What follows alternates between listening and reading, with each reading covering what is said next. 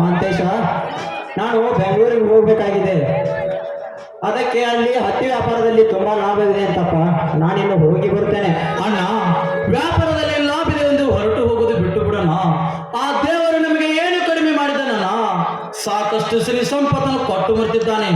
ನಾನು ಬಡವರ ಮನೆ ಕಣ್ಣೆ ನೋಡಿ ಒಂದು ದೊಡ್ಡ ವರದಕ್ಷಿಣೆ ಇಲ್ಲದೆ ಮದುವೆ ಆಗಬೇಕು ಅಂತ ನಿರ್ಧಾರ ಮಾಡಿದ್ದೇನೆ.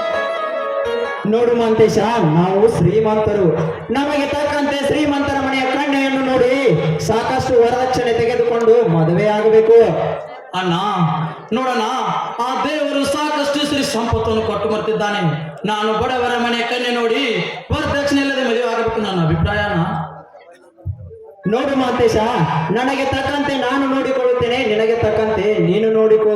ಆದರೆ ಒಂದು ಮಾತು, ನಾನು ವರದಕ್ಷಿಣೆ ಕೊಟ್ಟವರನ್ನೇ ಮದುವೆ ಆಗುತ್ತೇನೆ. ನಾನು ಯಾರ ಮಾತನ್ನು ಕೇಳುವುದಿಲ್ಲ. ನೋಡೋಣ, ನೀನು ಹೇಳುವ ಮಾತು ನಿಜವಿದೆ ಅಣ್ಣ. ಕತೆ ಕಾದಂಬರಿಗಳಲ್ಲಿ ಕವಿಗಳು ಬರೆದಂತೆ ಅದು ನಮ್ಮ ನಿಜ ಜೀವನದಲ್ಲಿ ಅಳವಡಿಸಿಕೊಳ್ಳಬೇಕಣ್ಣ.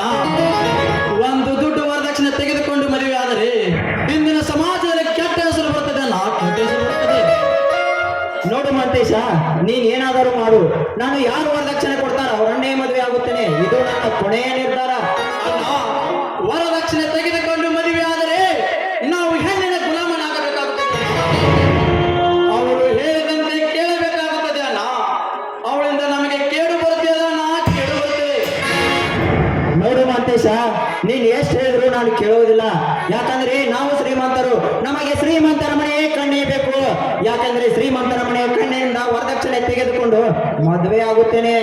ಆಗಲಿ ಅಣ್ಣ, ನಿನ್ನ ನಿರ್ಧಾರವನ್ನು ಯಾರಿಂದಲೂ ಬದಲಾಯಿಸಲು ಸಾಧ್ಯವಿಲ್ಲ. ನಿನ್ನ ಇಚ್ಛೆಯಂತೆ ಆಗಲಿ ಅಣ್ಣ. ಅಣ್ಣ, ನಾನು ಹೋಗಿ ಬರ್ತೇನೆ ಅಣ್ಣ. ಆಯ್ತು ತಮ್ಮ.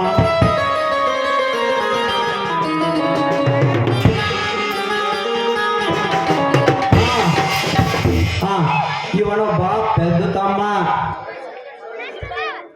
ಇವನು ವರದಕ್ಷಿಣೆ ಇಲ್ಲದೆ ಬಡವರ ಮನೆಯ ಹೆಣ್ಣನ್ನು ಮದುವೆ ಆಗುತ್ತಾನಂತೆ. ಆಗಲಿ, ಅವನ ಇಚ್ಛೆ. ಆದರೆ ನಾನಂತರೂ ಶ್ರೀಮಂತರ ಮನೆಯ ಕನ್ಯೆಯನ್ನು ಮದುವೆ ಆಗುತ್ತೇನೆ. ಶ್ರೀಮಂತರ ಮನೆಯ ಕನ್ಯೆಯನ್ನು ಮದುವೆ ಆಗಬೇಕಾದ್ರೆ ನಾನು ಯಾರನ್ನು ಭೇಟಿಯಾಗಬೇಕು?